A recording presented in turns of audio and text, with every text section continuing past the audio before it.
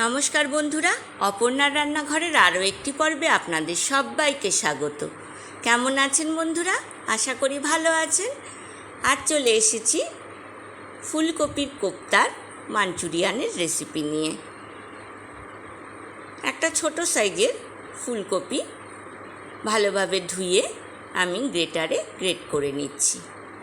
ফুলকপি খেতে খেতে যখন আর ফুলকপি খেতে ইচ্ছে করে না, তখন কিন্তু এই রেসিপিটা অনায়াসেই ট্রাই করা যেতে পারে।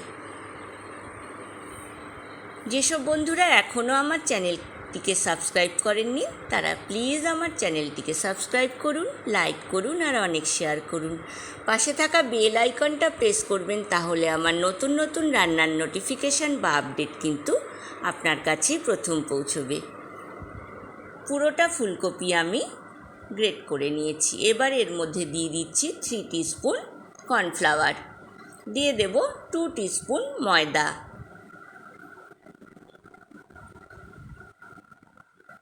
দিয়ে দেব 1/2 টিস্পুন নুন, চিনি, ঝাল, তেল আপনারা কিন্তু আপনাদের পছন্দ মতো ব্যবহার করবেন। দিয়ে দিলাম 1/2 টিস্পুন হলুদ গুঁড়ো, 1/2 টিস্পুন কাশ্মীরি লঙ্কার গুঁড়ো। গ্রেট করা ফুলকপির সাথে সব উপকরণ ভালোভাবে মিক্স করে নিচ্ছি একটা স্পুনের সাহায্যে। আমি কিন্তু কোপ্তাগুলোকে গড়ে নেব। যেসব বন্ধুরা প্রথম থেকে আমার সঙ্গে আছেন তাদেরকে অনেক ধন্যবাদ, আর যেসব বন্ধুরা প্রথম আমার চ্যানেলে ভিজিট করবেন তাদেরকে আমার চ্যানেলে স্বাগত জানাই।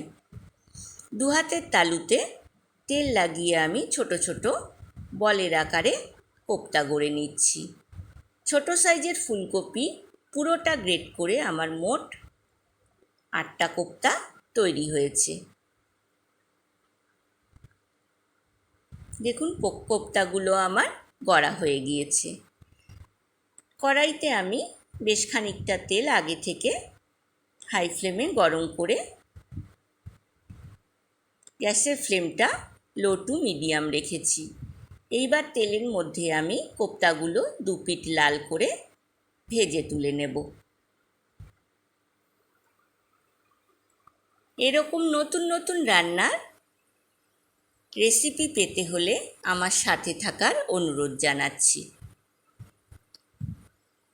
এই ফুলকপির কোপ্তার মাঞ্চুরিয়ান কিন্তু রুটি, লুচি, পরোটা, নান, লাচ্চা পরোটা, রুমালি রুটি, পোলাও, ফ্রাইড রাইসের সঙ্গে কিন্তু ভীষণ ভালো লাগবে।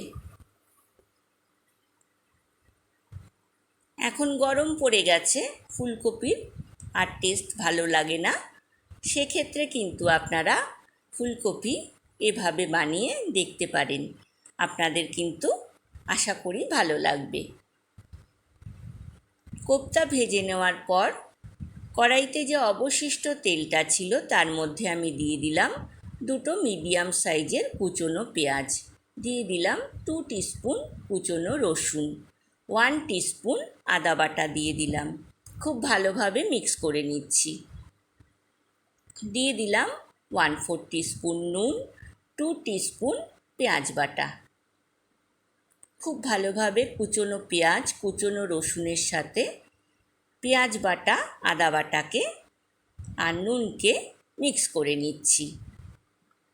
এইবার এর মধ্যে আমি দিয়ে দেব 1/2 টিস্পুন হলুদ গুঁড়ো, 1/2 টিস্পুন কাশ্মীরি লঙ্কার গুঁড়ো।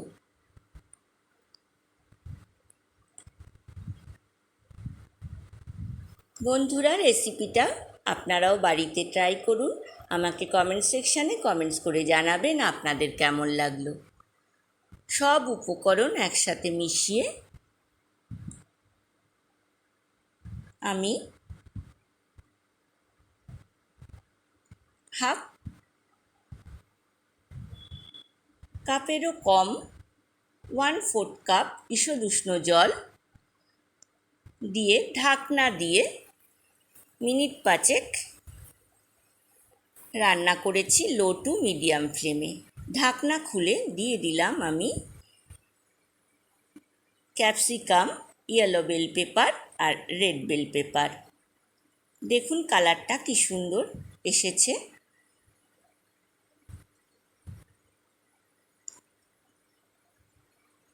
যেহেতু ছোট সাইজের ফুলকপির কোপ্তা, মোট 8টা কোপ্তা তৈরি হয়েছে, সেজন্য কিন্তু আমি red bell pepper, yellow bell pepper আর ক্যাপসিকামের পরিমাণটা খুব অল্প ব্যবহার করেছি। দিয়ে দিলাম আমি 1 চিমটে নুন।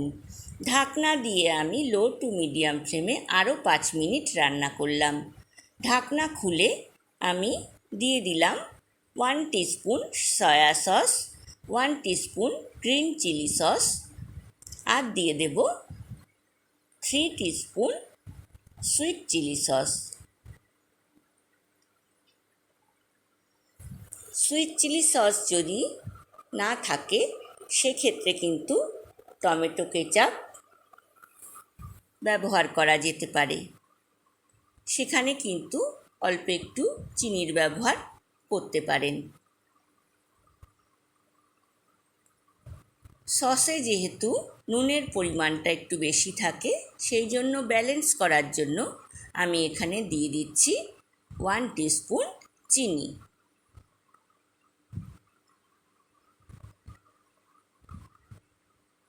টু টিস্পুন কর্নফ্লাওয়ার আমি সামান্য জলে গুলে কড়াইয়ের মধ্যে দিয়ে দিচ্ছি, যাতে গ্রেভিটা